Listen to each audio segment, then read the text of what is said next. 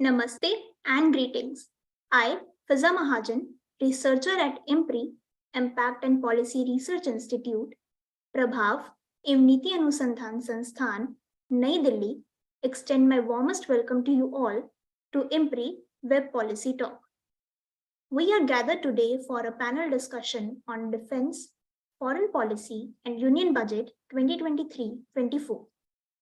This discussion is organized by the Center for International Relations and Strategic Studies as a part of IMPRI Web Policy Talk series, The State of International Affairs, #Diplomacy Dialogue. This discussion is a part of IMPRI's third annual series of thematic deliberations and analysis of Union Budget Financial Year 2023-24 being organized from February 2nd to 7th, 2023. I welcome all of you to this enlightening deliberation and thank you for tuning into this discussion.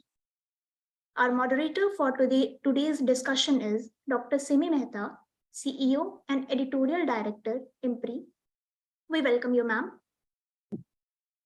The panelists for today's discussion are Professor Sanjukta Bhattacharya, retired Professor, International Relations, Jadavpur University, Kolkata, Major General Dr. K Chakravorty, VSM retired, strategic thinker on security issues, Professor Swaran Singh, Professor and Chairperson, Center for International Politics, Organization and Disarmament, Jawaharlal Nehru University, and Mr. Robinder and Sachdev, President, the Image India Institute, New Delhi, founder, the Lemonade Party. We welcome all of you. Now, without any further ado, let us start the program. It is my honor to invite Dr. Simi Mehta to start the program. Over to you, ma'am. Thank you, Fiza, and good evening, and I welcome all of you to the Web Policy discussion on Defense, Foreign Policy and Union Budget 2023-24 as part of the Diplomacy Dialogues being organized by the IMPRI Center for International Relations and Strategic Studies. It is a delightful opportunity for me to be hosting this panel discussion.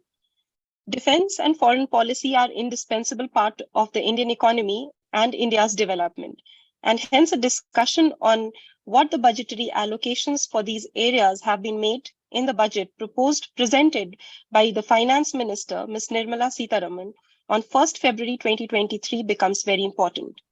This is especially because one needs to fathom the implications of these allocations towards the realization of the Amrit Kal in the truest sense of the term. Today's panel discussion will explore how India's geopolitics could be affected, or if India can drive its geopolitics as per its own terms. So without any further ado, let's get started. I would request Samriddhi from our team to just present a brief overview of the budgetary allocations in these sectors. Over to you, Samriddhi. Good evening. I'm Samriddhi, researcher at IMPRI. Let me present to you the key features of the budget pertaining to defense, foreign policy, and external affairs at this August gathering. The overall allocation for defense is 5.94 lakh crore, up from 5.25 lakh crore in financial year 2022-2023, a hike of 13%. In terms of share, the defense is 13.18% of the overall budget. For the armed forces, the Indian Air Force got the largest share among the three services at rupees 57,000 crore, a 3.6% hike from FY 2022 to 2023. The Indian Army was allocated rupees 37,000 crore, a hike of 15.6% from last year, and the Indian Navy's capital budget was rupees 52,000 crore with an annual increase of 10.6%. With a 43% hike to rupees 5,000 crore in financial year 2023 to 2024, as against rupees 3,500 crore in FY 2022-2023, there is a clear thrust towards infrastructure strengthening in the border areas. The second highlight would be the increase in the non-salary revenue operational allocation, witnessing a rise of 44% from rupees 62,431 crore in budget estimate 2022-23 to rupees 90,000 crore in budget estimate 2023-24. This is reportedly being done to enhance military and security preparedness given the current challenges. The enhanced allocation in the budget will also cater to training aids and stimulators for Agniveers and ensure that they achieve the set standards of training for induction in the defense forces. Exempt EEE status has been allocated to the Agniveer Fund in 2023-24 budget. The research, innovation, and technological development sector of defense have also garnered centrality in the budget, with DRDO allocated rupees 23,264 crore in budget estimate 2023-24, a 9% spike. In the innovation sector, IDEX and DTIS have been allocated rupees 116 crore and rupees 45 crore respectively, representing an enhancement of 93% for IDEX and 95% for DTIS over 2022-23. This will fulfill the Ministry of Defense's vision to leverage ideas from bright young minds across the country. I would also like to highlight the 15.5% increase in the defense pension budget from rupees 1.1 lakh crore in budget estimate 2022-23 to rupees 1.3 lakh crore in budget estimate 2023-24. The government's commitment to transforming healthcare outreach to our veterans defense budget 2023-24 registers a notable increase of 52% in the allotment for ex-servicemen contributory health scheme, ECHS, with budget estimate allocation of rupees 5,431 crore in FY 2023-24 against rupees 3,582 crore in financial year 2022-23. This enhancement will ensure cashless health services and improve service delivery to our veterans and their dependents across India. Summing up, we have seen a rise in budget allocation for the defense sector with a focus on R&D and innovation, a concerted effort towards non-revenue operational allocation, and what seems to be a genuine step towards modernization through greater push towards research and innovation. As India embarks on its journey as the chair for the G20 and Shanghai Cooperation Organization presidency, let us take a look into the budget to the Ministry of External Affairs, with a total of rupees 18,050 crores in the union budget for 2023-24 and an increase of 4.64%, we can note the priority given to the G20 chair. A fund of over 990 crore has been allocated to the same. India is also on its way to organizing the G20 summit in September this year. With the budgetary allocation and engagement being assigned to this chairmanship, we can discern the essence it holds to the Indian foreign policy. Looking further into the MEA budget allocation with respect to India's neighborhood, the Development Assistance Fund has, however, remained largely the same, with some witnessing marginal rise and others cuts. Maldives, owing to the Green Mail Connectivity Project, and Bhutan are a few to retain an increase in allocation, while many, like Nepal, Sri Lanka, and Mauritius, have seen some decline. As per the MEA budget statement, the aid budget has fallen from rupees 5,476 crore to rupees 5,408 crore in 2023-2024. Thank you. We look forward to learning from our esteemed guest and panelist and deliberation. Over to you, Dr. Mehta. Thank you. Thank you very much, Samriddhi, for putting this wonderful and crisply putting up all these figures for all of us. So let us begin with our panelists and delve straight into the discussion based on perhaps the numbers would be revolving around what you have just presented. I would, Professor Sanjukta Bhattacharya, welcome. Good evening. Good evening. Can you hear me? Yes, I can hear you, ma'am. If you could just bring your screen, whether it's the laptop screen towards yourself. Yeah, we could see it more clearly. Yes, thank you. So, ma'am, if we can begin with you, and if you could give us your sense of how the budget 23-24 implies on the foreign policy, especially with respect to the India's neighborhood first policy, it would be great. And also, as Samriddhi has mentioned, there have been some commitments with a marginal increase towards some countries, while some have seen some decline. So if you could just throw some light on that. Over to you, ma'am.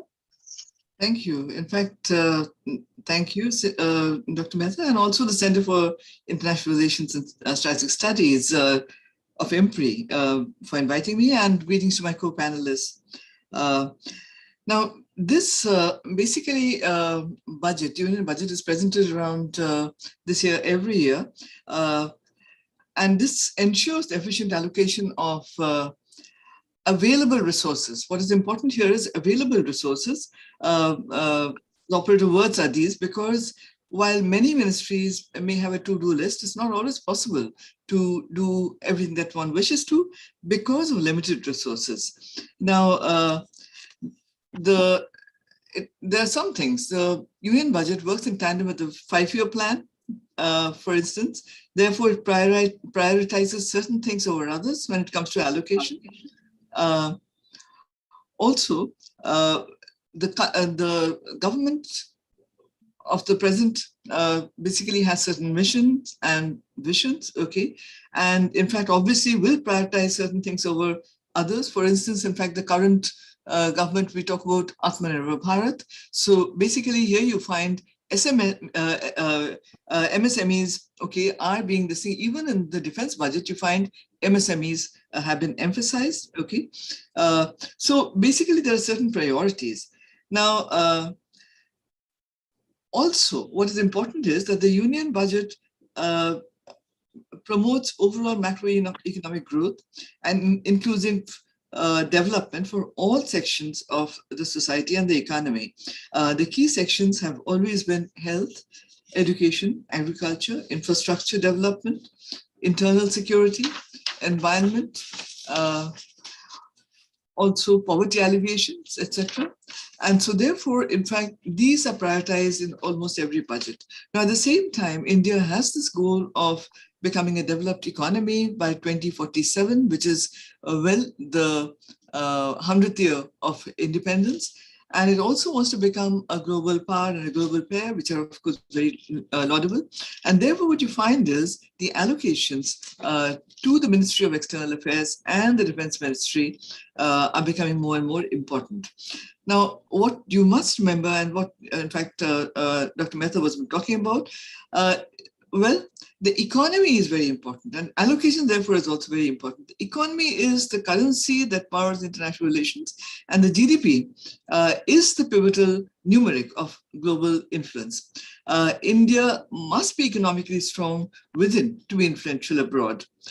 It is economic power that allows a nation to build military cooperation, capabilities, and in fact, enhance its influence abroad. In fact, it's India's economic rise, which made it possible for its policymakers to envision India as a major pole in the evolving global order.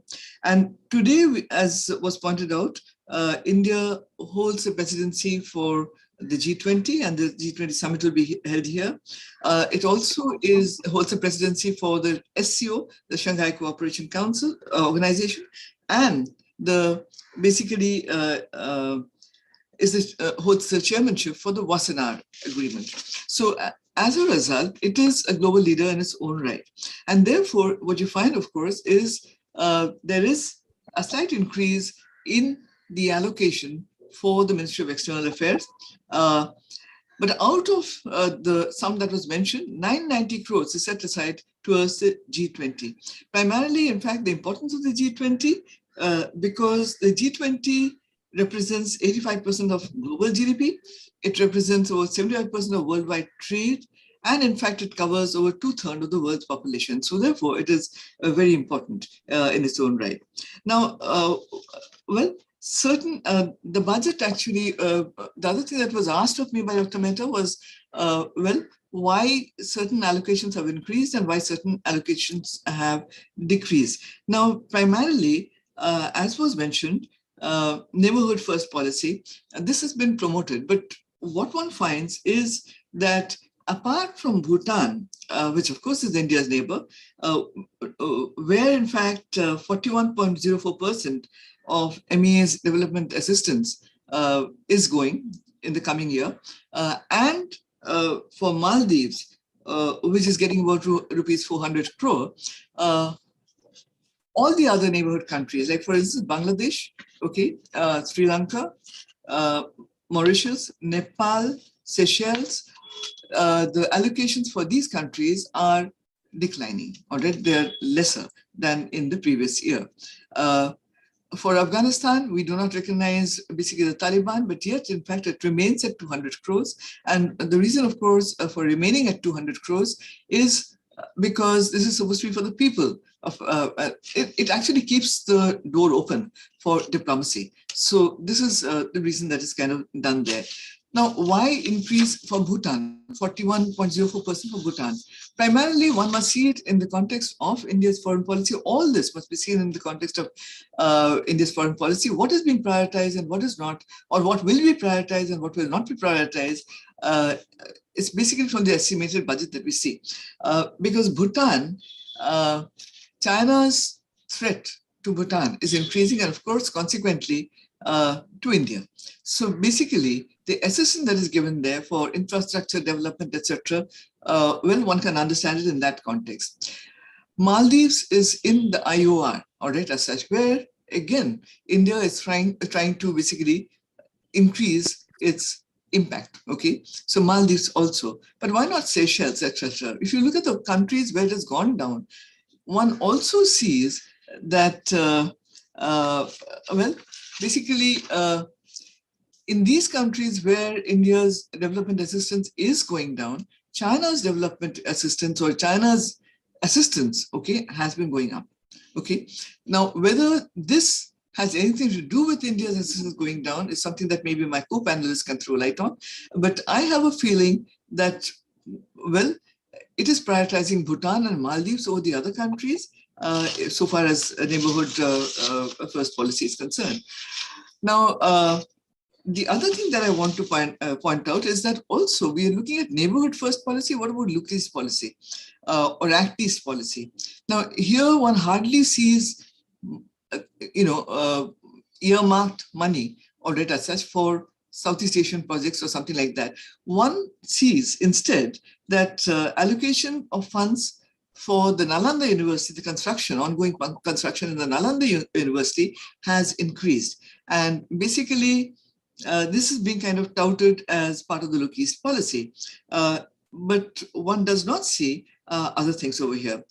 So far as West Asia is concerned, the money for Chabahar Port, okay, that actually still remains at 100 crores. Now, Chabahar Port is one of the most important items so far as India's foreign policy is concerned, because it opens the door not only to the West Asia, but also basically to Central Asia and to Afghanistan from the other side. So trade, etc., through Chabahar Port.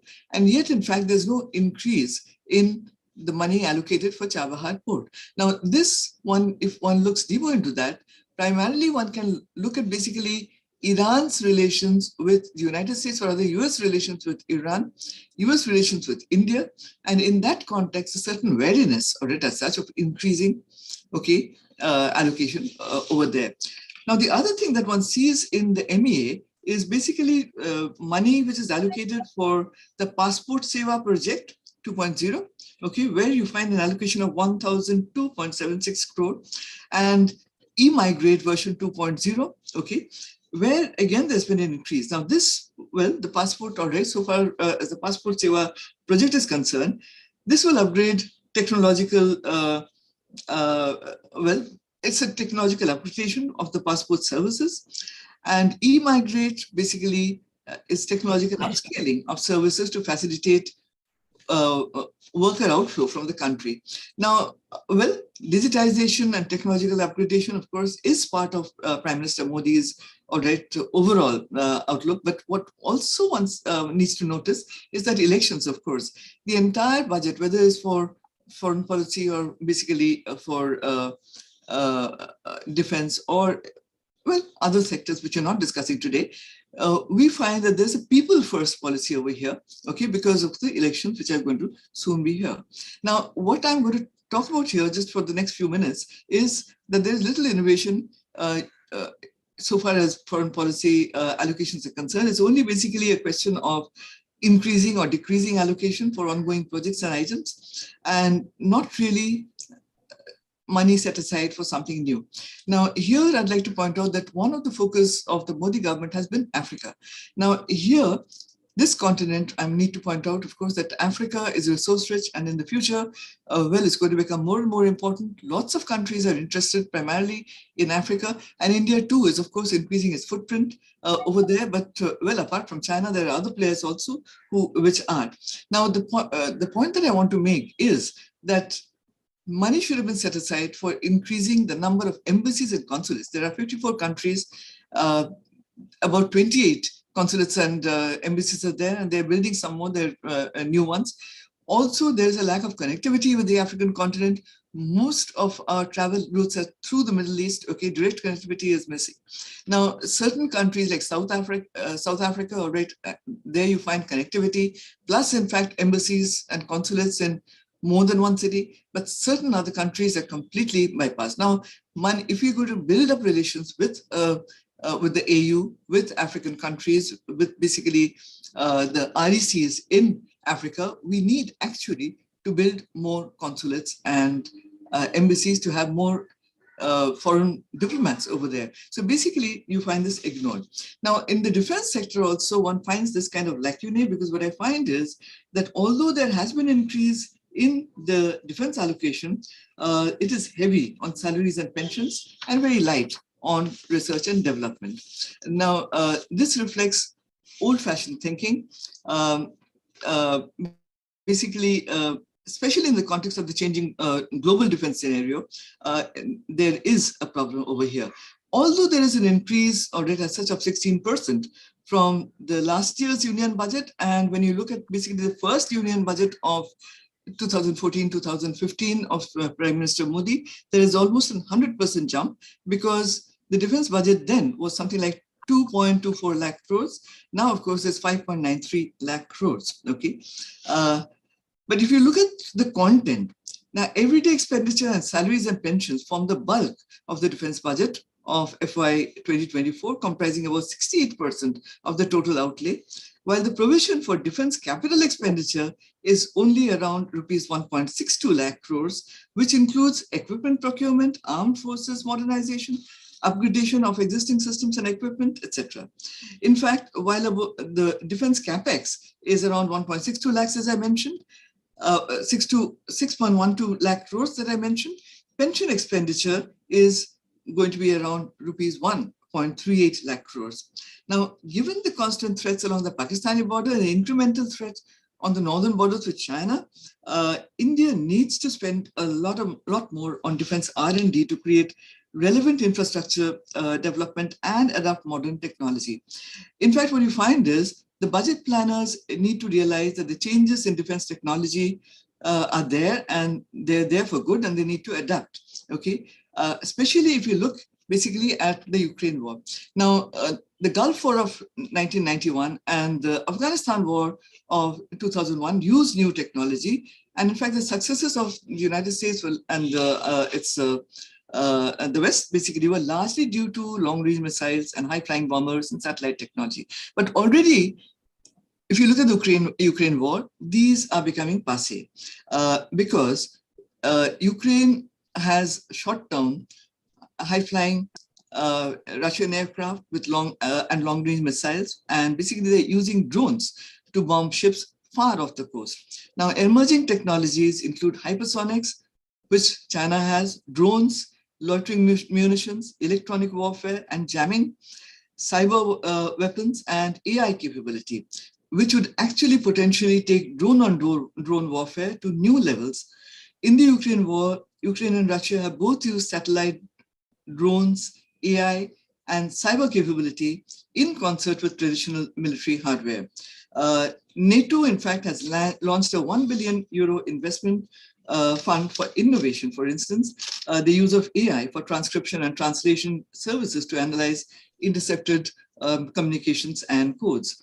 Now, the advocacy, what you find is Professor Bhattacharya, if you could wind up and we could just segue. take 2 minutes more, please. Yeah. Yes. Just want to say that India's defense budget should not be measured in terms of quantum of funds allocated, but basically in terms of threat mitigation and the needs of force modernization across multiple domains, especially in the context of modern missile systems like hypersonics, which have been developed by China.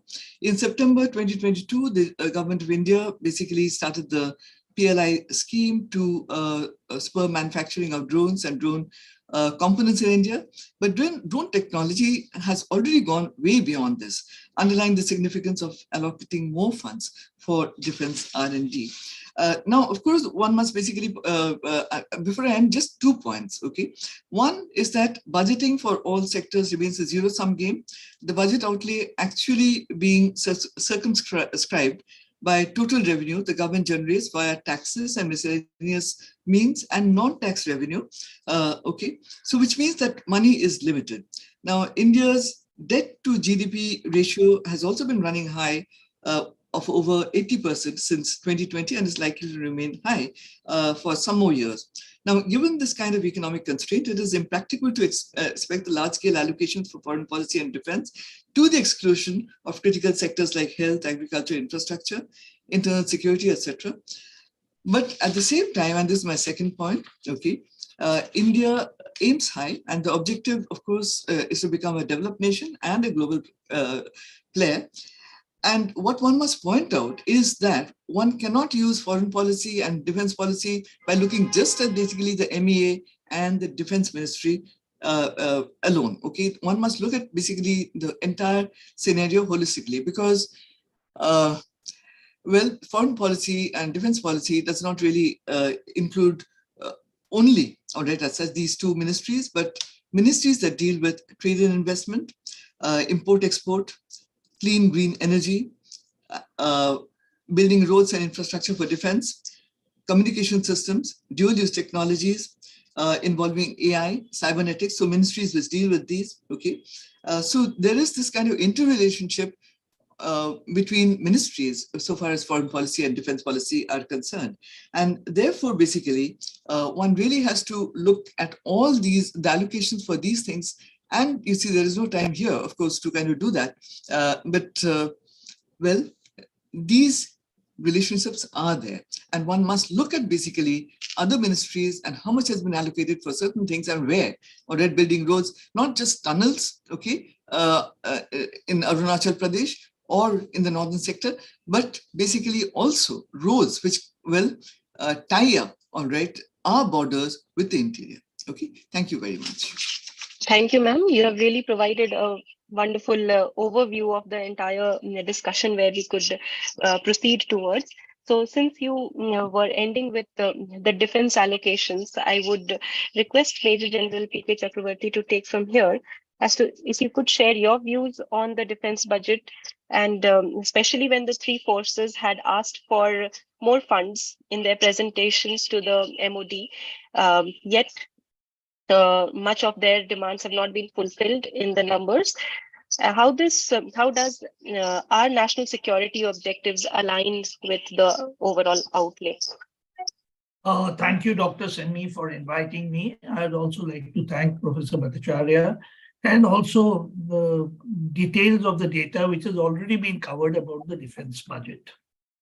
Well, I would put it, see, all the services always demand more, and as you right in the beginning, it was brought out, a budget has to see the allotment to the overall all sectors, and defense happens to be one of them. The most important part is the comprehensive national power of a nation, and this is decided by the economy. If your economy is strong, everything is strong. And well, as far as the defense budget is concerned, the figures have been given.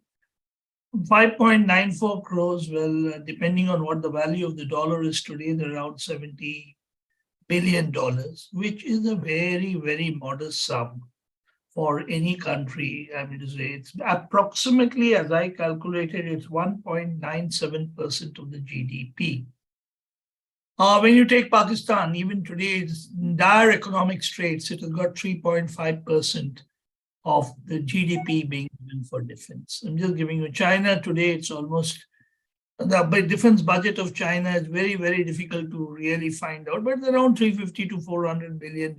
And well, if you have to face a two-front war, I mean, so you're facing these two fronts, which are very live, Pakistan as well as China, and you have borders which have to be guarded. You've got the Indian Ocean, which is brought out very clearly, which again is an important area, which needs to be effectively dominated by the Navy, then definitely you need money for it. Now, how do I place and what do we do? Well, one figure which I would like to touch upon is what is the capital outlay? It is 1.62 crores. Now, this means that our modernization, which we are on, will continue. But obviously, the pace of modernization would not be what we would like to be with the 1.62 crores as the capital outlay. So therefore, we see part of the what you call 1.62 crores would go in what is known as payment of what you call for items which have already been procured or which are in the pipeline. And the rest is whatever you want in addition. Our list is huge. I mean to say it starts from aircraft carriers, strategic weapons, and last of all, most important, we must understand what has China's focus been. China's focus is on two issues: artificial intelligence, cyber warfare. Now, when we look at defense, we really just don't look at borders. I mean, so India is today, as has been rightly called, a middle power. If we are a middle power, then we definitely have to go well beyond our borders. And for that, our forces must have the capability to modernize, to project itself, particularly in the areas which Professor Bhattacharya said about, even the areas which are we see the Act East policy in the Asia Pacific. We have already assets over there. Is the Indian Navy with the budget capable of projecting itself in the South China Sea? Is the Indian Army capable of undertaking its tasks with the budget? And the next question is, the border roads have been allocated 5,000 crores, which is much higher than what was allotted earlier. Will we be today able to have the infrastructure available on our borders to face our adversary, particularly the northern adversary? You know, these are the questions which we have to ask. And well, we are, as you are aware, that I mean, say, unlike any other country, we have our forces deployed on the borders. Let's take both Eastern Ladakh and Arunachal. We have our deployments fully done. And just now, Professor Bhattacharya spoke about Bhutan. Well, Bhutan is not only a neighbor, but a strategic neighbor. I mean, say that, you know, when you look at the border and when you look at the Chinese domination and the way they look at it, definitely we have to be ready for any contingency with regard to Bhutan. The next thing which I would like to point out is the issues regarding pensions. Our defense budget includes payment to defense civilians, also includes the pensions. Now, normally they do not form a part of the defense budget, but since it's included, then definitely the higher allocation means that the one rank, one pension, which the Supreme Court has said that payments which have to be made, government has catered for this. The next point which I would like to say as far as the budget is concerned is that the details of the budget come out very, very slowly, particularly as regards field of defense is concerned. It is not an area which, you know, you can straight away come to know what is the impact going to be. And next is, the point is that while we keep on stressing on the issue of Atmanirbhar, and the indigenization of defense products, the main issue which I would say is Atmanirbhar must lead to greater defense exports. It is not, after all, how much can the Indian Army, the Indian Navy, and the Indian Air Force consume out of all the defense products which you are going to make.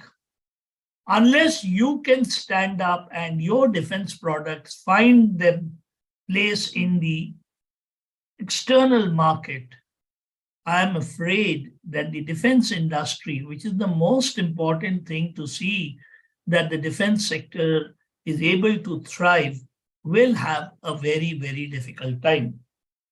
The next issue which I would like to say is the revenue part of the budget.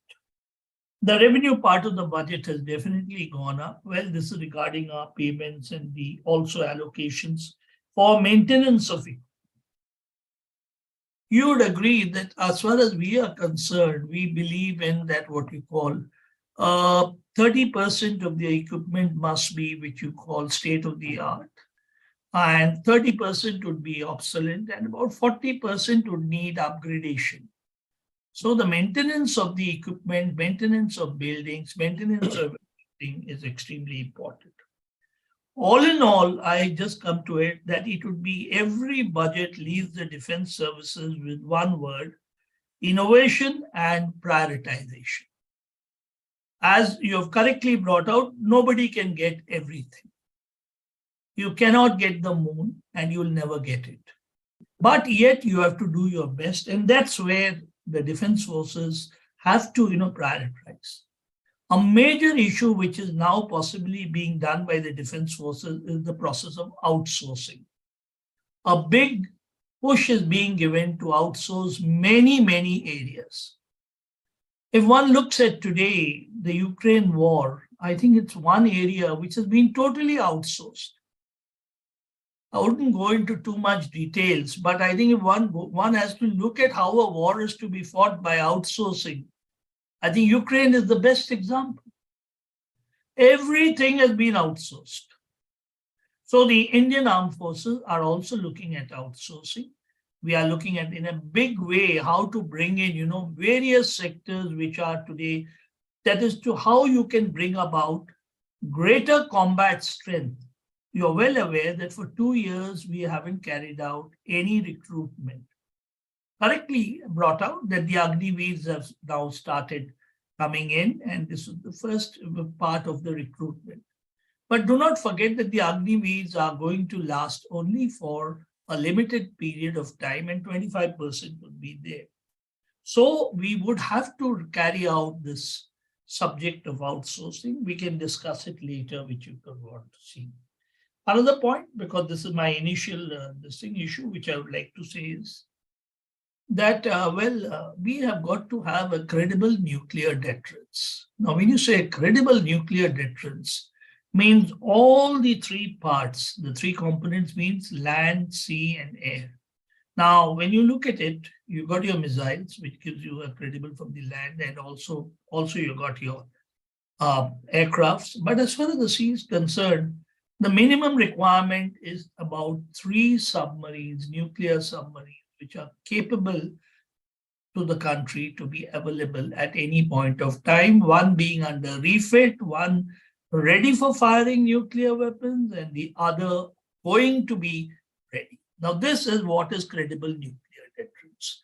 If you don't have it, you're faced with 2 nuclear powers. While everything looks hunky-dory when we sit in the room and you find that, oh no, today everything is looking okay.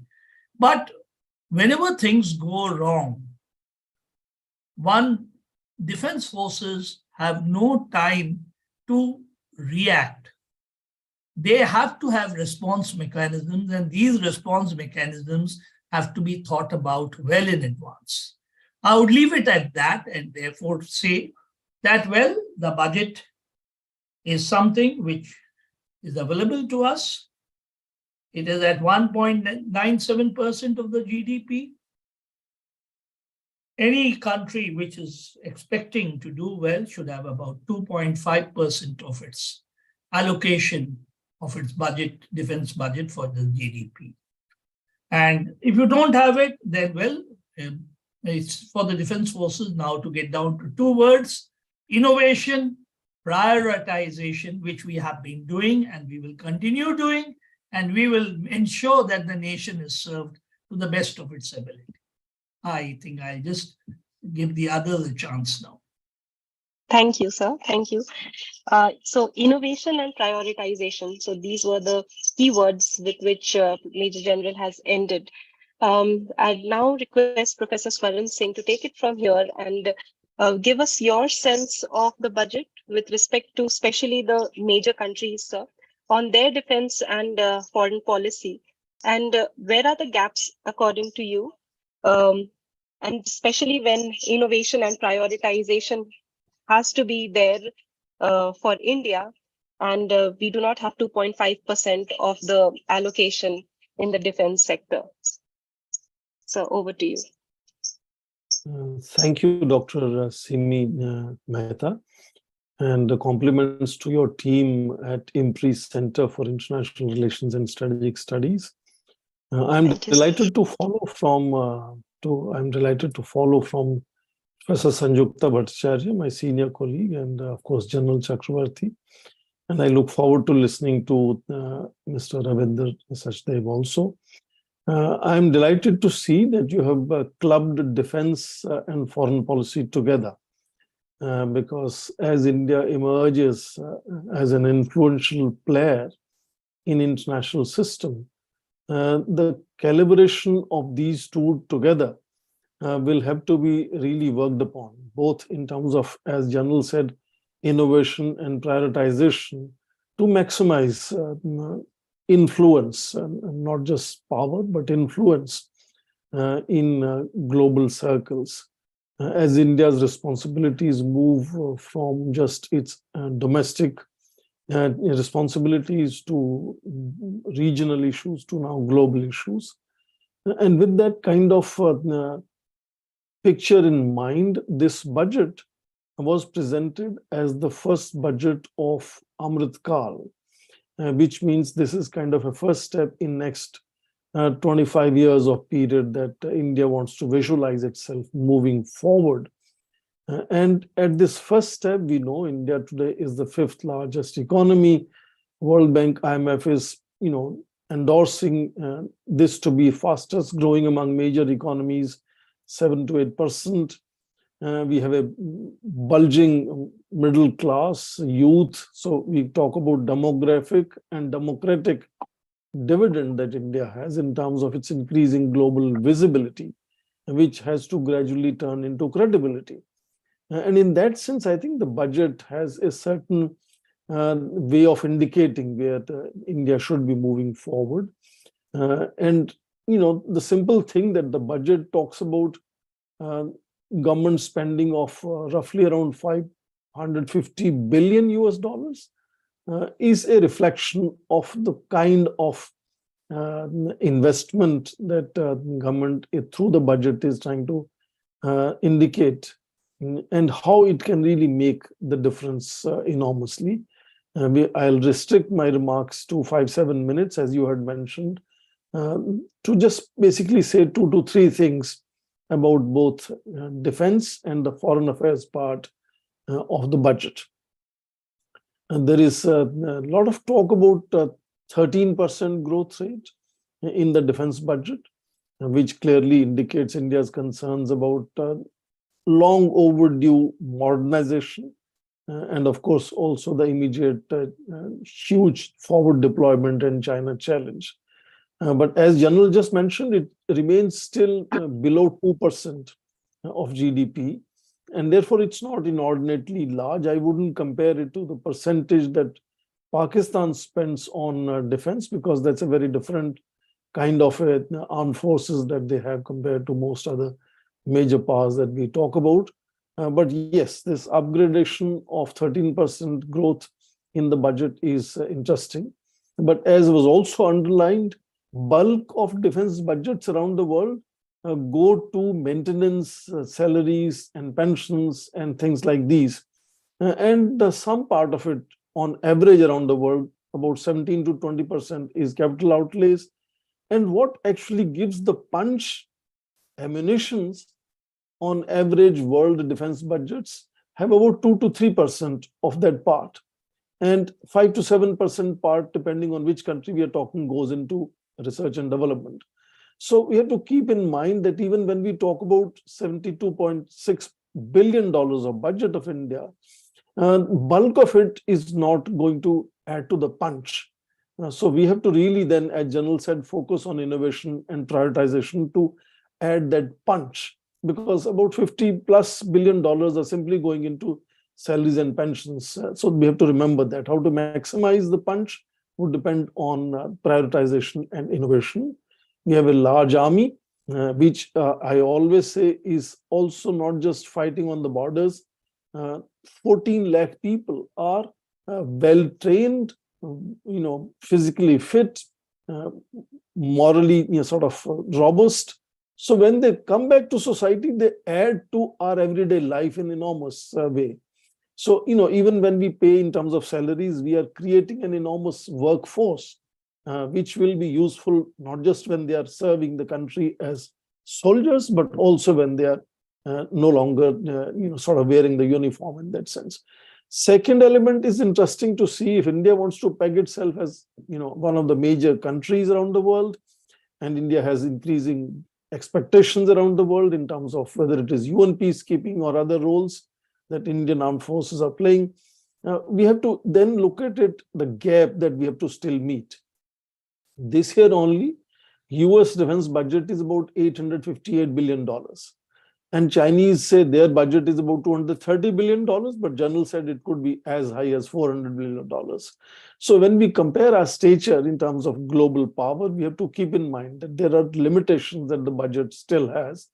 And of course, that would call for raising India's economic size itself.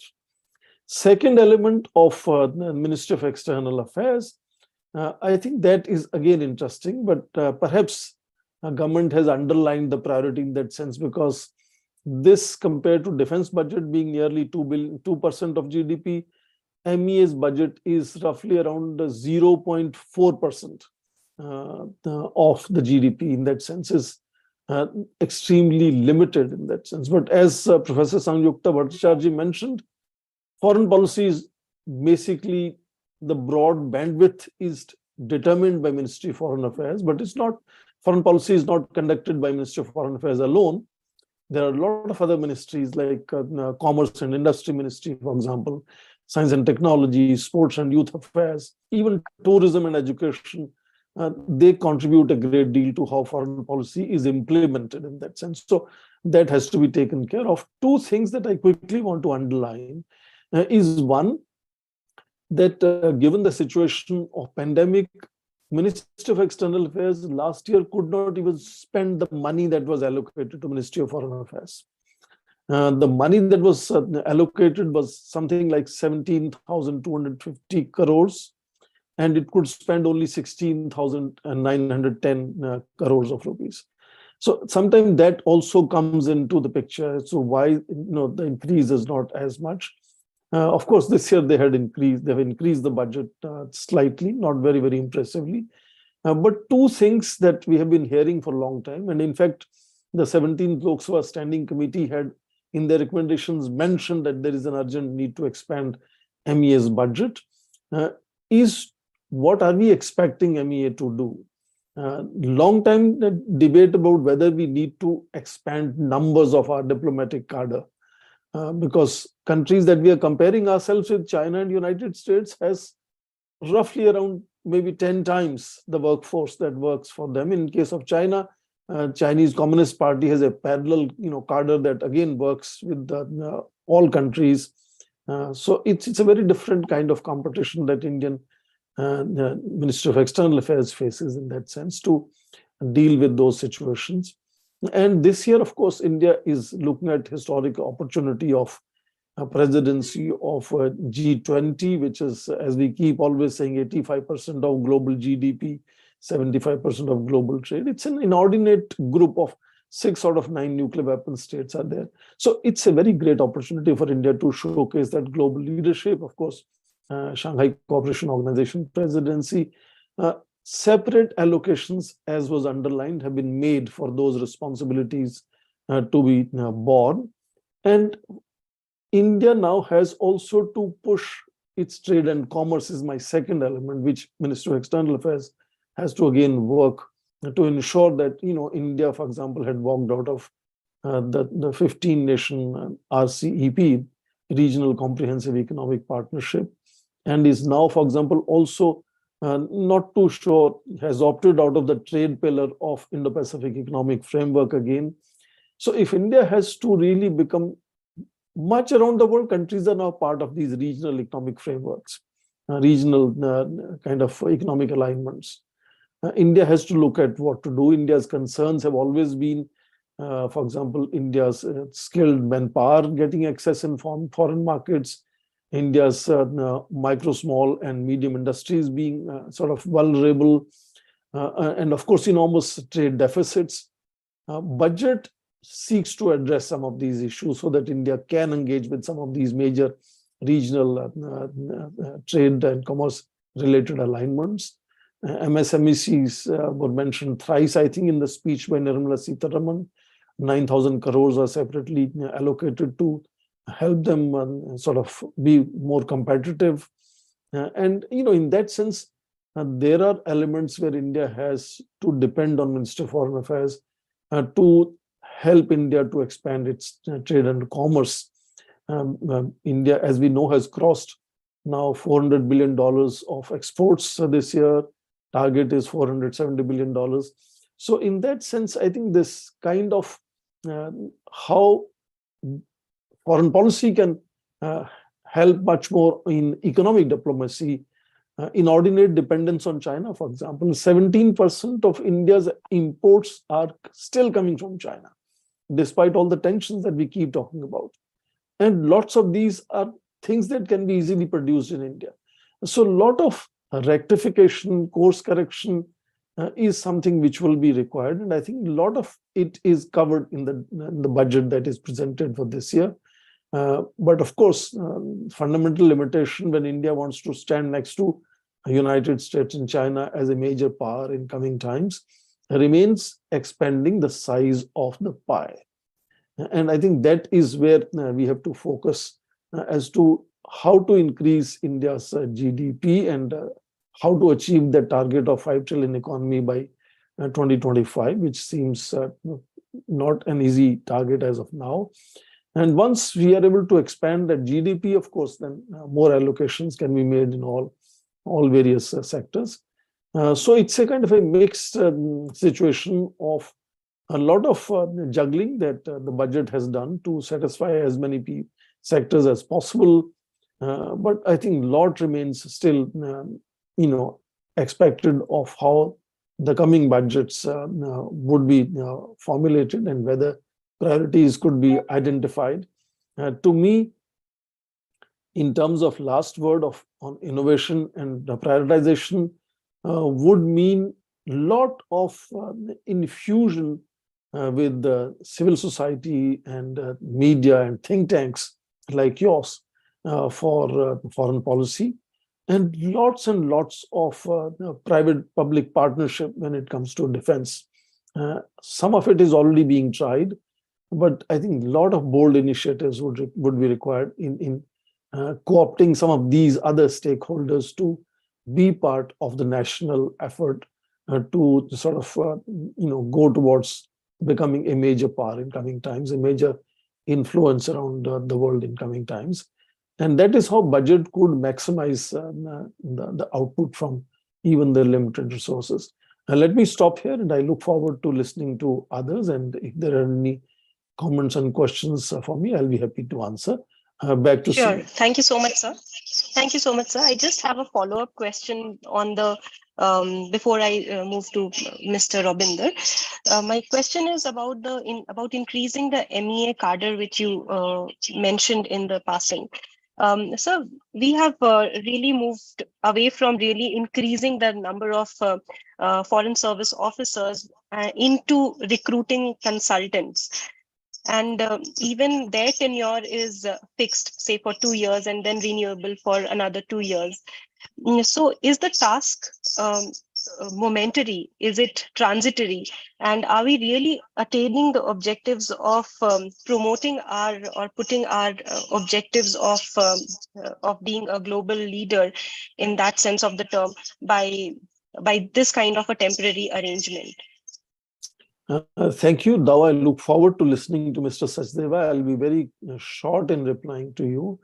This is almost a decade that we have seen these efforts of co-opting some of the younger scholars as consultants or interns, mostly not very streamlined, as my experience with some of my students have been. There should be clearly defined responsibilities given to people who are co-opted like this. And greater reluctance has been in co-opting at senior level. The lateral entries that have been tried in very, very few places have been extremely limited. I can understand that skepticism that civil service sometimes has of people who are not kind of trained and maybe tuned into thinking like government officials. But lateral entries are not supposed to do that. Lateral entries are supposed to be focused on a certain task, and they are supposed to achieve that task. And I think a lot more streamlining of lateral entries at senior level, and of course, co-option of lots and lots of short-term, just like we are talking of Agniveer for armed forces, you have to really streamline the role that you can give to a lot of younger, bright scholars coming from various universities with their doctoral degrees. They can definitely make an enormous difference, provided they are given responsibilities. Very often they are kind of co-opted, but what they are supposed to do is sometimes not very clear. Sometimes some of these give a feedback that perhaps there is a trust issue, and there are issues of not giving access, etc. I have only heard these things, but I think that is where the maximization of output can be done. Efforts have also been made, for example, for about a decade now, the intake of Indian Foreign Service has also been doubled. It used to be 15, at some stage around 15 to now almost 35, 37. That's one part, but I think just like you see a lot of other countries, including United States, China, they depend on a lot of co-option on a short-term basis. And I think India has to really expand that. And that actually gives a lot of flexibility to government to sort of let people go if they are not really worth the kind of task they are assigned.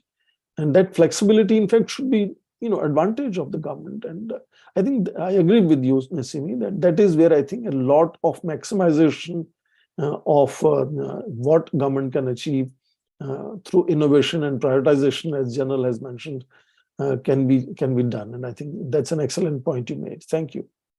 Thank you so much, sir. It has always been a delight to listen to you, whether here or in the classroom, as you've been my teacher in the School of International Studies in my MA days. Thank you so much, sir.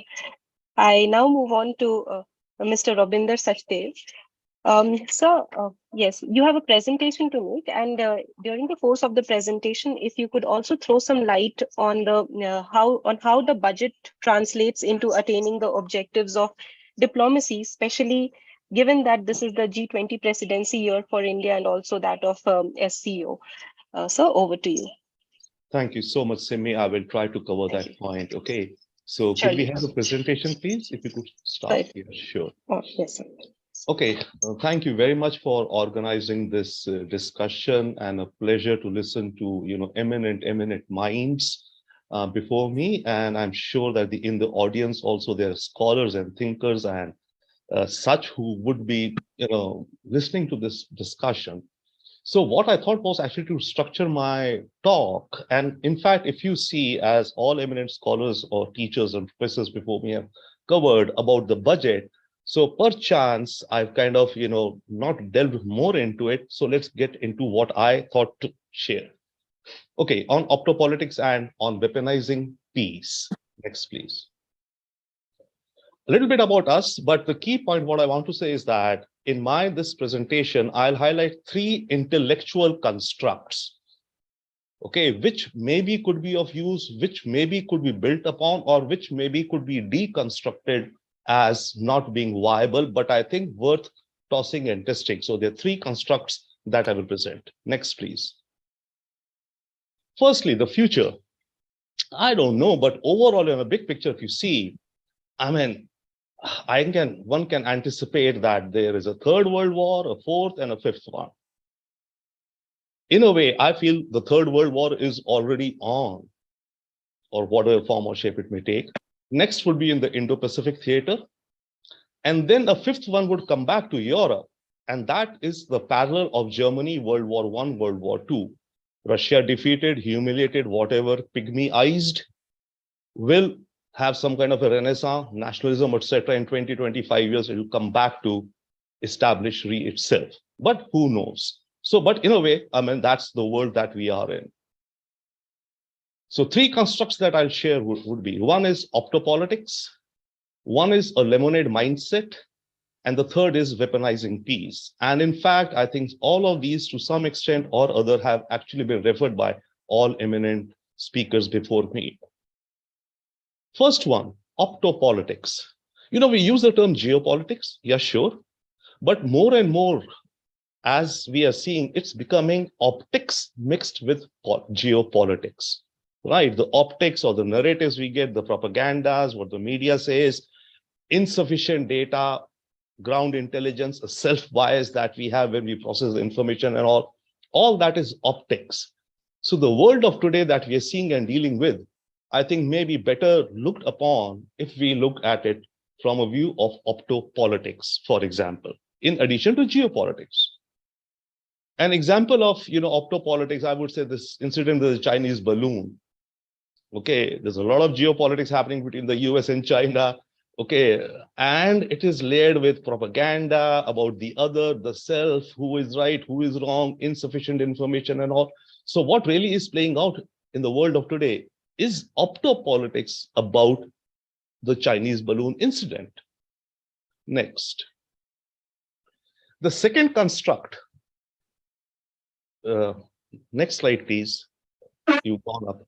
Yeah. Now, next. The next slide, please. Yeah, thank you.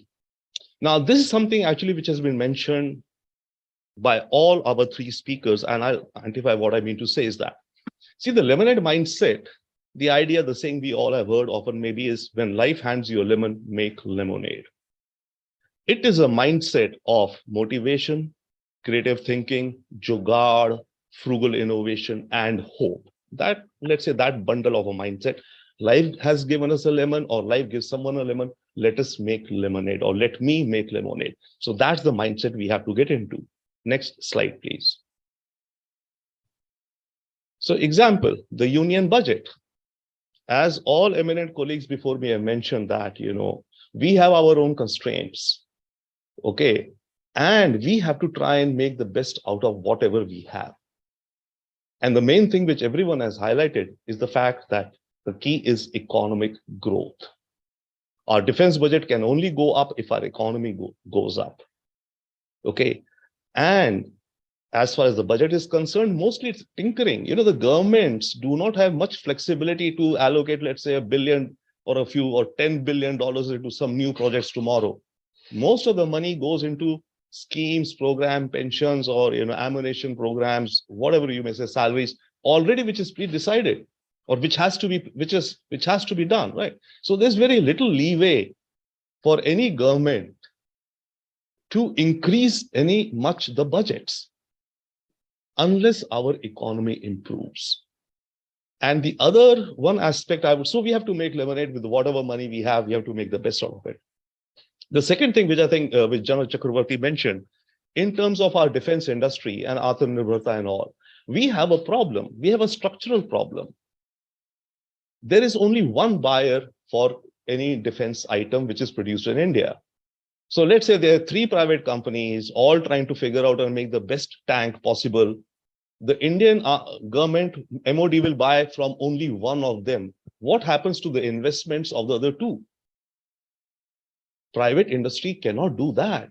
The way out, as General Chakravorty mentioned, is focus on exports, and which I've mentioned in my note here, could be improved by similarly saying that creating consortium of buyers. India could link up with some friendly countries and, okay, fine, 3, 4, and then whatever is made in India could also be offered to some such friendly countries. Thereby, our manufacturers here could have a bigger pie, or could have a bigger pool where to sell potentially if their products are good. That is a problem for us, and it will continue unless somehow, or we just keep on stumbling along and keep making lemonade. Next, please. And I've got only a few slides remaining. Construct 3, weaponize peace. See, when we go to war or wherever we are, sure, we carry our guns and bombs and missiles and drones and AIs and all we have to do now. But in addition to it, I think we should carry a little weapon of peace in our back pockets. And I will give 2 examples right now. Objective of this is, if we weaponize peace, it's a tool. It's a tool to push the enemy, quote unquote, I'm using the term, on the back foot in the optopolitics of today. It also helps our world image that apart from everything else, we are also talking, or we have a model of a peace process or a peace deal. We have a model. It improves our image in the world. It also improves our image amongst the commons in the quote unquote enemy country or the other country, which bears ill intention to us. It improves our image. Okay, these guys are at least also talking peace, maybe. And of course, it can be used in negotiations. And sometime in the future, probably, who knows, it could yield peace dividends for us and the quote unquote other country. So weaponizing peace is something we should look and toss out. Next slide, please. I have 2 examples here. My one example is it the time to drop a peace bomb on Pakistan? I will explain what I mean. Pakistan is in a deep economic crisis. IMF will not be able to help it out at all. This $1 billion here, there will be drip. After this, Pakistan has to go to the Paris Club, which has to get all its debtor countries, the Paris Club countries, to agree to a common formula for bailing out, okay, for taking a haircut. Countries of the Paris Club could take a haircut, but commercial lenders will not take a haircut. The Goldman Sachs of the world, the Vanguards, the Fidelity, all of these who have investments in Pakistan, they will not like to take a haircut. And IMF will start releasing money only once there is all of these guys are on the same page. More on that later. Even now, Pakistan will have to reduce its military pensions and military budget. General Chakravorty was mentioning about Pakistan's military budget, maybe 3.5%. Pakistan, very smartly, since Musharraf's time, does not include the military pensions under the military budget, defense budget. It has very smartly put that under the civil budget. Now, what IMF is asking Pakistan is that you bring that budget into your defense budget and overall cut down your defense budget. Then, of course, we know that. So how Pakistan would do that, we don't know, but it will have to do. Tax increases, we've heard, reduce government salaries and employees, staff. Pakistan has pledged portions of Karachi airport, portions of Lahore airport, portions of toll roads. Pakistan Radio owns 61 buildings across the country. Portions of Pakistan Radio, the legal entity, have been pledged to lenders. These portions which have been pledged would be taken over by lenders. Last June, Pakistan cabinet also approved that Karachi port, seaport, could also be pledged. Pakistan has already also pledged over $2.5 billion of its stock in its state-owned banks. Let's say like the State Bank of Pakistan. Shares of State Bank of Pakistan are pledged to some lenders. So some of these would have to be taken away. Some of these would have to be pledged further. So Pakistan is in a royal mess. Next, please, slide. I'll give an example of Sri Lanka to understand what's going to happen with Pakistan. Sri Lanka has still not received any IMF money. IMF money is contingent upon other lenders to Sri Lanka coming to a common page. Specifically in the case of Sri Lanka, it's India, Japan, and China.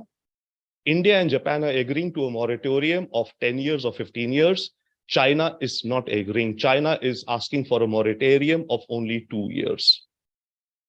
Till the time these 3 bilateral lenders agree IMF is not going to release any loans to Sri Lanka. It is stuck. Sri Lanka has promised and is reducing its troops from 180,000 to 135,000 next year, and will bring it down to 100,000 troops by the end of the next 5 years. Pakistan would need to maybe do something like this. Sri Lankan Airlines, Sri Lankan Telecom are all on the chopping block. Sri Lanka has to reduce government staff, salaries, and of course, I'm not even going into the increase of taxes, income tax, personal tax, corporate tax, GST, etc. This is what's happening with Sri Lanka as of now. More or less a similar fate awaits Pakistan. Next slide, please. So is it time for, so my reading in this is that Pakistan, even this $1 billion with IMF will take it another few months. Pakistan, the next 10 years will be in a dark hole. Is it time for India to drop a peace bomb? Blue sky thinking, work back room with the IMF, with the US and Paris Club, India. Create a structure. And then India offers a deal to Pakistan. $5 billion immediate aid, or let's say $1 billion immediate and $4 billion within 3 months. Second, we declare a treaty of, or let's both, we will, subject to our conditions, a treaty of live and let live, Indo-Pakistan. And we will open trade and investments with Pakistan. The conditions we ask, reduce your defense budget by 30% within the next 1 year. In any case, IMF is going to ask them. Reduce your budget to 50% by the next 5 years. We are not your enemy. Give us a commitment in writing that you stop tom-tomming about Kashmir world over. It's over, it's past. Give us a commitment in writing that you will stop promoting cross-border terrorism. All national political parties of Pakistan have to sign up on this document. Advantages to Pakistan? Money will flow in. It will be able to reduce defense expense and put that into more productive needs of the real country. Okay, education, healthcare, infrastructure, whatever, etc. And peace and long-term development. Why not? I mean, see, these are the kind of, potentialities we could look and think and explore. Next slide, please. And that's the last one, I think.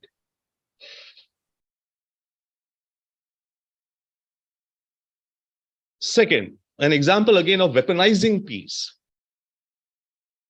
India-China Gardens of Peace. How and when will India and China have long-term peace? Maybe. The total length of the boundary itself is disputed. Keep aside Aksai Chin and Arunachal Pradesh. The LAC is not defined. It's a meandering. We can imagine it as a meandering river. Somewhere it's 10 kilometers wide, somewhere 100 kilometers wide, somewhere 2 kilometers wide. So this width of the river is perhaps the LAC. There are about 40 to 45 points disputed along this LAC of varying widths, maybe. Can we both agree to define and create these disputed points as no man's lands? Neither ours nor yours. So be it. Of course, we'll also look at our strategic interest and our military interest, our vantage points. We don't want to lose. China will also want to lose. So there's going to be a long, tough road. And firstly, will China does not even talk to us. And should we even propose this to China? No, because if we propose, then we sound maybe coming from a weaker position. But the point is, we need to start carrying this in our back pocket as a long-term ideation sometime. Could we start a pilot, let's say with Galwan? What's happening in Galwan? There's a standoff. They've retreated some, we've retreated some, we don't know who's where, etc. But all of this drama is happening within the LAC. Could we get commonly to agree to create this standoff zone where they're about 5 kilometers away from us and we have 5 and we are not patrolling or they're patrolling? Created as a garden of peace, as a pilot project. Let us see. Weaponize peace. Thank you very much. Brilliant presentation, sir. Amazing. It really made me think about the prospect of peace between India and Pakistan. But I really doubt whether the hawks in both the countries Sure. are really willing, and the politics especially. May I? How I agree. would it? It may Yes, sir. not, but here is a community of strategic thinkers, long-term Absolutely. thinkers, right? We have to be toying and tossing these, and then let's see who knows. And I mean, we much more than understand, all of us here, that these are impossible ideas, maybe, but in fact, this time to drop peace bomb on Pakistan, we are going to put out a press statement tomorrow on this. Amazing, amazing. I think that is very important. At least make that conversation rolling, and maybe this can be a part of the larger agenda of Akhand Bharat. Who knows? So thank you so much for that wonderful presentation. So I would now move on to one question that has come from Satyam, and Satyam, would you like to discuss this with the panelist yourself?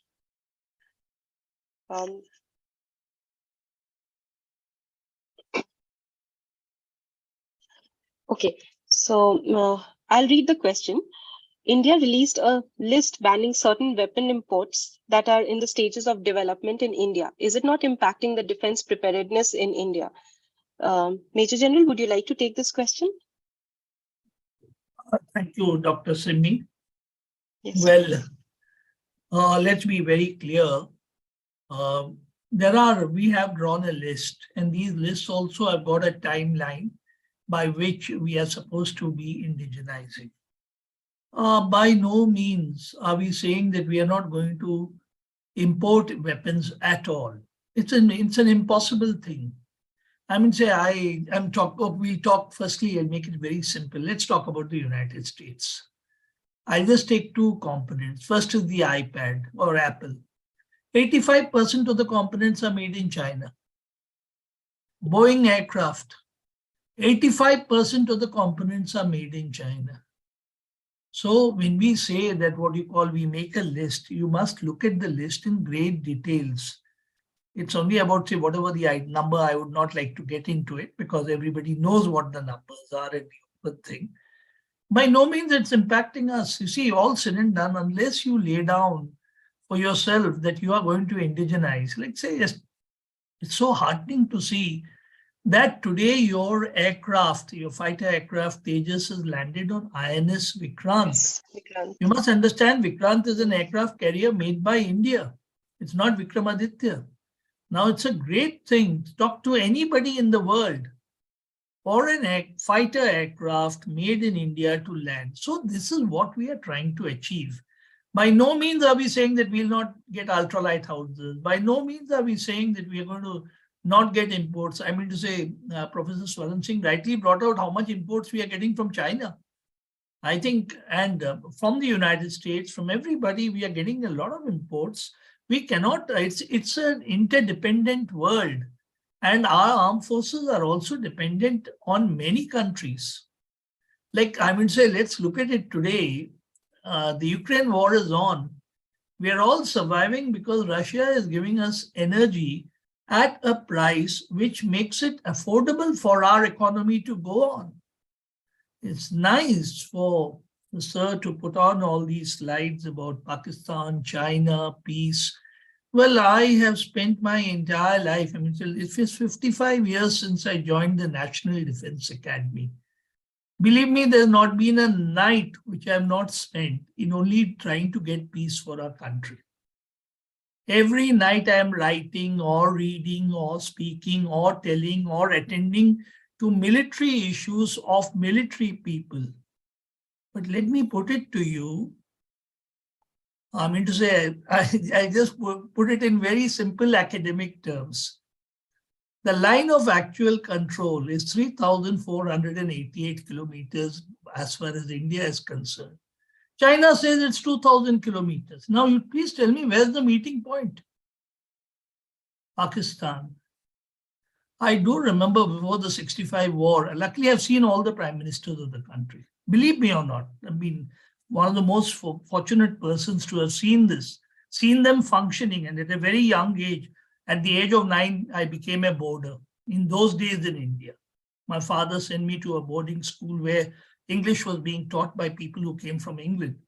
And I may put it to you that very, very clearly, as far as Pakistan is concerned, I think I can straight away name that before the 65 war, they were economically far better than India.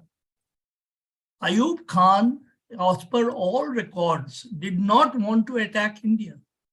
The one man who ensured that both Bangladesh was created, the nuclear weapon was created, as well as the 1965 Operation Gibraltar and everything was done, was Zulfikar Ali Bhutto. So when you have such people, and he was educated in the United States, and see all these economic figures, since I have spent a lot of time abroad, I keep going abroad, I keep speaking abroad to military people, obviously.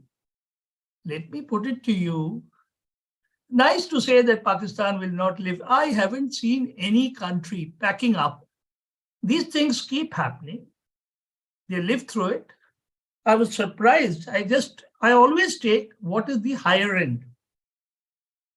The number of BMWs going to Pakistan have rather increased in the last 1 month. Now, I mean to say, you would agree it's something strange. Military people in Pakistan are still the richest, and their relations are the richest. And last of all, to answer the question directly to the person, by no means are these lists going to impact defense preparedness. Rather, we would become much more prepared. The more you start, putting your own people onto getting some lists, we start working. And I think India needs somebody to always shake us up. Whenever I meet the Chinese, I thank them that you have really shaken us up and you have woken us up. I do not know whether the other panelists would agree. So therefore, these lists are very good. So in simple question to answer everything. Right, thank you. Thank you so much, Major General. I would request Professor Singh, Professor Swaran Singh. Sir, there is a curious question. In this budget, Nirmala Sitharaman has mentioned about setting up of border villages as tourist destinations.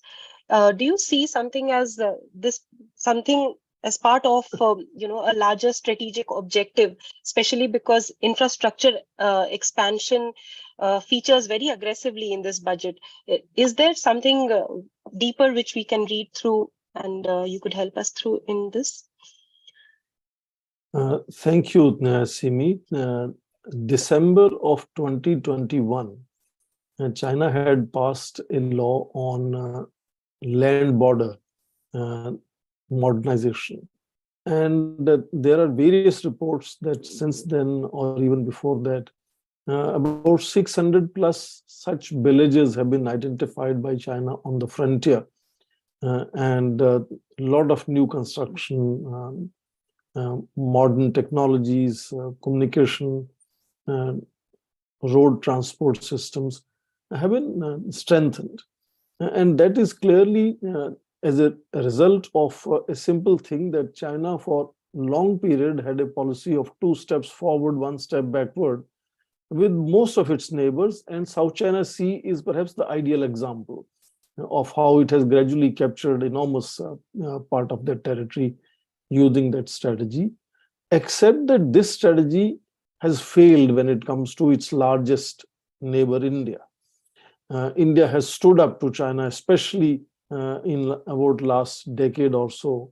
Doklam and Galwan are great examples of standing up to China. An entire neighborhood is watching it, which has led to China to look long term as to how this largest neighbor has to be tackled. And therefore, it is a kind of a contestation now in tiring out each other. And that would require a lot of support from the frontier areas. And frontier areas, as you understand, are largely the minorities of China, whereas the People's Liberation Army is largely the Han Chinese armed forces, not just in terms of loyalty, but in terms of acclimatization also.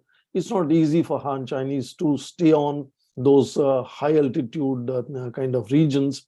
And therefore, over a period of time, the support of people's armed police and people of these frontier areas to be co-opted into those kind of missions and assignments is why that kind of enormous effort has been made from the Chinese side. So staying power is important, just like India is now staying in frontier areas. And that has obviously been responded by India as well, that in India also, despite all the limitations, General would vouch me that border areas, communities and people have been a backbone of armed forces in many ways. And General can expand on that. I wouldn't like to say, maybe many of you know in how many ways they are supporting Indian armed forces. So providing better life to them, equipping them and connecting them better to India's overall posturing of sort of strength of armed forces is what for a long time required this kind of not just simply road building and communications and other things, but improving lives of people on frontier areas. And I think it's a very timely, in that sense, response to that new strategy where China is now trying not to do the old-fashioned 2 steps forward, 1 step backward, but emphasize on its staying power. And India has to respond to that staying power. And I think this is part of that strategy that India has started focusing on communities on the frontier areas also. Thank you, Simi, for asking that question. If you allow me about 10 to 15 seconds, I think Satyam's question is very interesting. But a lot of people perhaps think that when we emphasize too much on Atmanirbhar Bharat, it means we are shutting doors on anyone else. As General said, this is not shutting doors on others. It's basically focusing on niche advantages, areas where India can contribute in defense production. Just like I was mentioning that a lot of what we buy from China can be produced locally. As you know, this is after Prime Minister's campaign for Atmanirbhar Bharat, that May last year, Prime Minister signed with Joe Biden something called India-US Initiative for Critical and Emerging Technologies. NSA Ajit Doval was, I think, only this week in Washington on the first meeting under this initiative on critical and emerging technologies between these 2 countries. General Electric is now going to produce engines for aircrafts, indigenous aircrafts in India. And despite half a century of licensed production with Russia, engines are the weakest link in India's defense production. I think General Electric is finally stepping into that. India's sort of semiconductor sector is being co-opted, and experts from India are going to be co-opted into American production of semiconductor chips.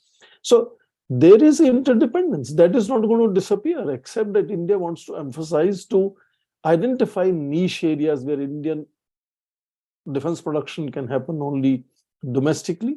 And also 5 seconds on Mr. Sachdev's point, I am happy he mentioned a peace bomb on Pakistan. That sentiment has to be repeatedly revised. And that's a good diplomatic posture. But of course, we have to understand that even in case of natural calamities, Pakistan is often reluctant to take Indian help when it happens even on areas where India is the immediate next door neighbor and can deliver, even compared to Pakistan. So Pakistan will continue to have that reluctance, but that doesn't stop us from making these gestures. And let us see how Pakistan responds. I remember Bajpayee had proposed no war pact. Nothing came out of it. But these are gestures that I think in diplomacy sometimes you make, and they have their own relevance, with, of course, understanding that they may not be responded. So I'm happy that he made that comment of the peace bomb. I like that expression. Thank you, Simi, and back to you. Thank you, sir. Thank you very much for your response. I would move to Professor Sanjukta Bhattacharya just after Mr. Rabinder Sachdev. Mr. Sachdev, there's a question, I think, if you could take this by Satyam, whether about opening up of the defense sector for private players. Is it like the US kind of a model that has commercialized war for profit business via the arms lobby? Could you respond to this? Thank you. A couple of things. You see, I mean, the US model of defense evolved over a period of time after the Second World War. that was a very different era, right? The US government stepped in much. They put in money into the R&D, and they kind of, prompted and promoted several companies, private companies to come on, take on, and quite a bit of a venture investment approach. That was a very different era through which the US government, was able to create the so-called military industrial complex in the US. In the world of today, for us to create something like that, I think is pretty difficult. That's one. Secondly, harking back, yes, to the point that you see when the US defense industry produces, or even in the 60s, 70s and all, they had the wider world markets also, right? Not only within the US domestic, but the other world markets also. So if some of the products are not doing well or taking off within the US, maybe they could sell it to a Germany or XYZ, I don't know, whatever, right? That broadened the markets for the US in order to grow its military industrial complex. That's one. Now, secondly, that it has commercialized war for profit business. Well, India will not be in a position, realistically speaking, to create wars across the world like the US does, supposedly, right? Or to create situations which cause wars. India is not in that position, honestly. The US is in that position, and sure, when wars happen or are created, yes, definitely is the US defense industry benefits. By the way, right now in this Ukraine war, we think that the US defense industry is benefiting hugely. Yes, it will. But at present, right now, this past year records, there's a report in the Wall Street Journal just 2 days ago. Lockheed Martin's and the Raytheons, their profit numbers are not even as good. Some of them are in loss right now. Issue is they're facing supply chain constraints. They're facing labor issues. So there's a lot happening there. But yes, the US defense industry will make big gains in this coming next year. But this past year, their financial numbers are not as one would estimate or as one is thinking. So India cannot is not in a position to be, participating or encouraging or taking one side or the other in multiple wars across the country which happen. So India cannot adopt that model that we go in somewhere, we stoke some passions one way or the other, and the war breaks out, and then we sell our arms to one side or the other. We cannot. I don't think so. We can do something like that. Thank you so much, sir. There's a question by Samriddhi, and Samriddhi, would you like to ask the question directly to Professor Singh? Yes, unmute yourself, please. Yeah, quickly. Hello, sir. The question is slightly off topic, but it's about Kishida's decision, under his government. Japan has decided to increase its defense spending, and there are some major changes taking place in, Japan's front recently. So my question is, how is that going to affect India's security in the Indo-Pacific? And generally, the general relation between India and Japan, and Japan's world stand. Just a very general question. Sorry. No, thank you, Smriti, for that question. I hope I can answer. Basically, Japan and India have almost for 2 decades now understood that China is their shared challenge. And that has really, over a period of time, brought them closer. And therefore, you would remember that Shinzo Abe's first speech on the confluence of 2 oceans happened in India's parliament, from where this whole idea of Indo-Pacific was to later expand and grow. And idea of Indo-Pacific, again, has brought not just Japan and India closer, but a whole range of other, what I call United States friends and allies. From Australia, Philippines, Singapore, and everybody else, right away to Saudi Arabia, to Canada, where I'm sitting, all focusing on Indo-Pacific, and all of them feeling China as their shared common challenge. That is creating atmospherics where the continuous effort of Japan and India to come closer to deal with their shared challenge gets reinforced and facilitated. And that should help these two countries really come closer. And now your point that you mentioned, the two important reports that Kishida government had launched in December, the National Defense Report and National Security Report, are fundamentally saying that they are finally going to not just cross that traditional self-imposed limit of keeping defense budget under 1%, but actually take it to 2% by 2027 or so in 5 years. And they have actually in this year's budget earmarked 1.58 billion US dollars to buy Tomahawks from United States, which is going to be the first counter-strike weapon. You know, it's a national defense force that they have. Now they're going to be offensive in terms of their capabilities. So Japan taking on this kind of new role and willing to spend that kind of money is going to really make sure that the kind of complementarity or reciprocity or jointmanship that has been built over 2 decades between India and Japan is able to maximize how we can ensure our China challenge is addressed, redressed, or restrained. So in that sense, I think Japan is on the cusp of transforming itself as a normal nation, as they have been saying for almost last 15, 20 years. So once they actually happen to make themselves as a normal nation, have a normal defense force, given the size of their economy, $5+ billion, they should be able to spend a lot of money on defense as well. And I think that definitely the new avatar in that sense of Kishida government is going to strengthen the bilateral relationship, is going to perhaps also contribute to India's own redressal of its defense and foreign policy challenges. Hopefully, let us see. The G20 summit meeting, I think, is a historic opportunity here, where India wants to launch itself as a global leader. And a lot of that reset will happen in India's relations with many of these countries. And all of these leaders will be sort of really showcasing how they look at India and what they expect from India and how India wishes to engage them. And in that set of leaders, India-Japan, I think, has a really special equation built over last 20 years. Thank you, Smriti. I hope I answered your question.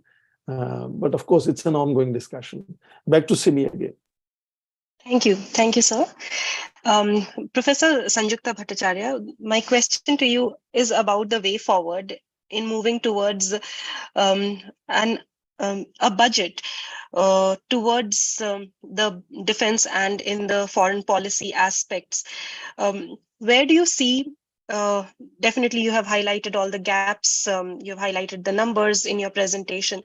So according to you, where we could be moving in the next years, taking perhaps drawing lessons from the gaps that are there in the present, so that the overall objective is that this kind of a financial aid vacuum, you have highlighted so many countries where the contributions or aid to these countries have increased and also somewhere they have decreased. You highlighted Mauritius, Maldives in the Indian Ocean region, and also Bhutan because of strategic reasons, especially guided by China. So how can we ensure that this kind of financial aid vacuum, if we cannot leverage, is not filled up by China in the coming years? Ma'am, over to you. Yes. The problem with the financial, the budget, union budget every year, as I pointed out right in the beginning of my presentation, is that there is this issue of availability of funds. Okay, funds are limited. All right, taxes, non-tax revenue, and basically other means like disinvestment in the public sector. These kind of things which bring in the funds, which always is there. Now the problem is the demand is much more than the supply. So as a result, in fact, what you find is every time,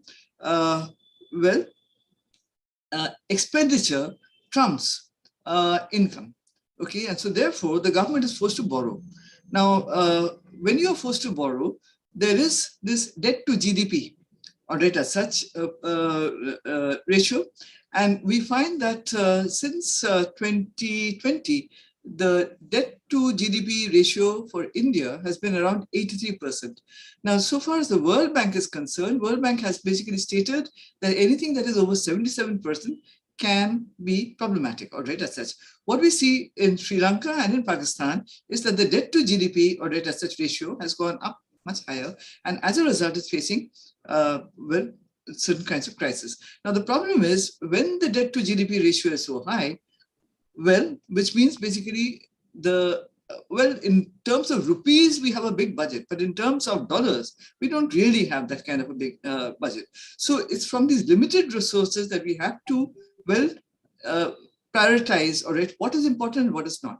Now, the country itself is very important, all right, what happens within the country, like for instance, the people of the country, the citizenry, as I said, people's first budget, all right, especially in the context of 2024 being an election year. So you're saying that how do we see the way forward, all right, the future? The future is 24, 25, and 24 is an election year, all right? So how do you expect that basically countries, the gaps which are there, basically in some critical areas like Bhutan and Maldives, the allocation has increased, but then in other, it has decreased. Now, how do you expect that there will be increase in these, all right, as such, in an election year, when actually the people, all right, of the country, well, and the various sevas that are being kind of promoted by the government, these are more important for getting votes, all right? So money allocated to ministries which deal with poverty alleviation, with, agriculture, with basically all these kind of things, well, mitigation of the needs of the people, I mean, the demands of the people, all right? These are much more important, all right, in an election year than, all right, foreign and defense policy, unless, of course, there's a war, okay? So in that context, the way I see it for the next year, I mean, immediate future, all right, I don't see that there'll be much more allocation, all right, as such for, and as I think Swaran pointed out, I mean, what was, it was Swaran or was it Major General Chakravorty who pointed out that basically what was actually allocated last year was not actually spent, okay? The estimated amount, the estimated budget, all right, well, it did not meet, okay, that which is already allocated. So therefore, this is not going to be a foreign policy, or the MEA is not going to be a priority in the coming year, all right, as such. Later on, of course, when we go forward, further forward, all right, that is, as we said, as I said, but then of course the Modi government has to remain in power, all right, because if there is a change in government, all right, priorities will again change, all right. Now, in fact, it's Atmanirbhar Bharat, Clean Bharat, Swachh Bharat, this, all these kind of things, all these kind of Bharats, but another government, all right, can have, a very different agenda. And of course, then, okay, the priorities will be different. How do I see the way forward? Well, basically, it depends, all right, as to who wins the next elections. But in the next year, at least, foreign policy is not going to be that much of a priority. Thank you so much, ma'am. Sir, ma'am, Professor Major General Chakravorty, ma'am just mentioned about the lapsable budget. So very quickly, if you could respond to my query on, there was a demand from the forces that they would want an unlapsable budget. So the unutilized part of the previous years could go on to the next year, but that has not really, received the attention which was needed. So what are your views quickly, if you could respond? See, we are a democratic country. So if today, let's say, even I have to receive my pension, I'm just saying, it has to be approved. It has to be approved by what are known as a number of authorities who are today, in very, very simplistic term, known as audit authorities. Now, if you take the Army, Navy, Air Force, we have got the Ministry of Defense Finance, and we have got also the Ministry of Finance. Look at it. I mean, it looks very simple that I want to buy a particular weapon. When I want to buy a weapon, that weapon firstly has to be approved within the armed forces.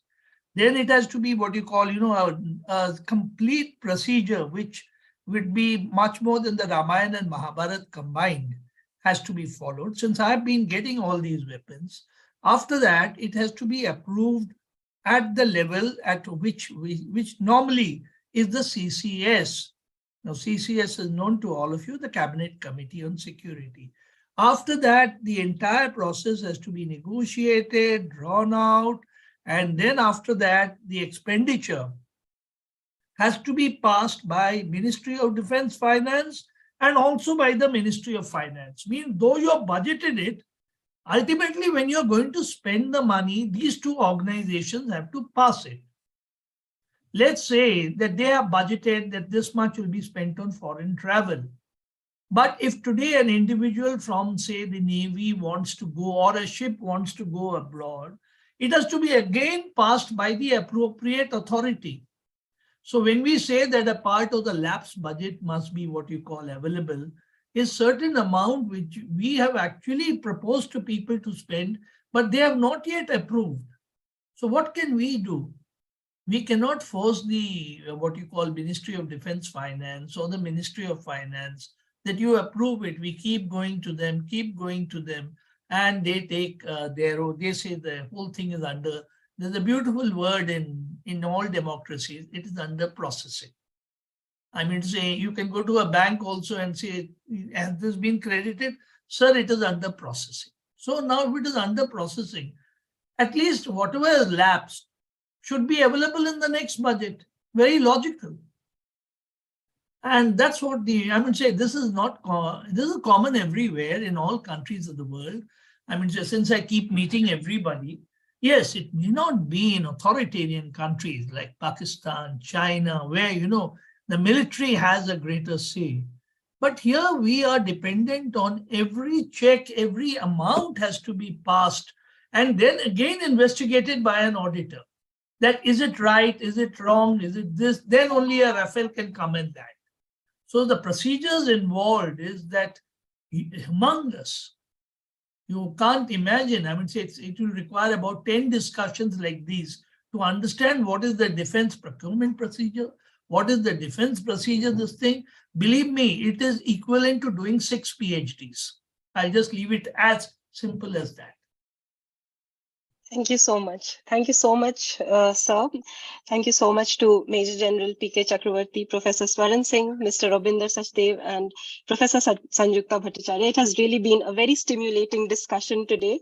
And of course, it doesn't end and we can keep discussing about it from the time the budget is really implemented from 1st of April. So thank you so much. And I hand it over to Fiza for the formal vote of thanks. This meeting is being recorded. Thank you, ma'am. So as we have come to the end of today's discussion, I, Fiza Mahajan, researcher at IMPRI, Impact and Policy Research Institute, would like to propose the formal vote of thanks on behalf of IMPRI, Center for International Relations and Strategic Studies, for today's deliberation, a panel discussion on defense, foreign policy, and Union Budget 2023-24. We are grateful to our moderator, Dr. Simi Mehta, and panelists, Professor Sanjukta Bhattacharya, Major General Dr. K Chakravorty, Professor Swaran Singh, and Mr. Rabinder Sachdev, for taking part in this discussion and enlightening us. We thank all of our participants who have raised pertinent questions and actively participated in today's deliberation. You may also find more discussions on international relations and foreign policy in our IMPRI Web Policy Talk series, The State of International Affairs, #Diplomacy Dialogue, and other thematic series. We are grateful if you are watching us later on our YouTube channel or listening to us on our various podcasts or reading our publications. We hope you continue to join in future to IMPRI Web Policy Talk series. We also invite you to see IMPRI's 3rd annual series of thematic deliberations and analysis of Union Budget available on IMPRI's YouTube channel, Financial Year 2023-24, that were being organized from February 2nd to 7th, 2023. Wishing you all a very good evening. Thank you. Thank you so much. Thank you. Thank you, everyone. Thank you. Thank you.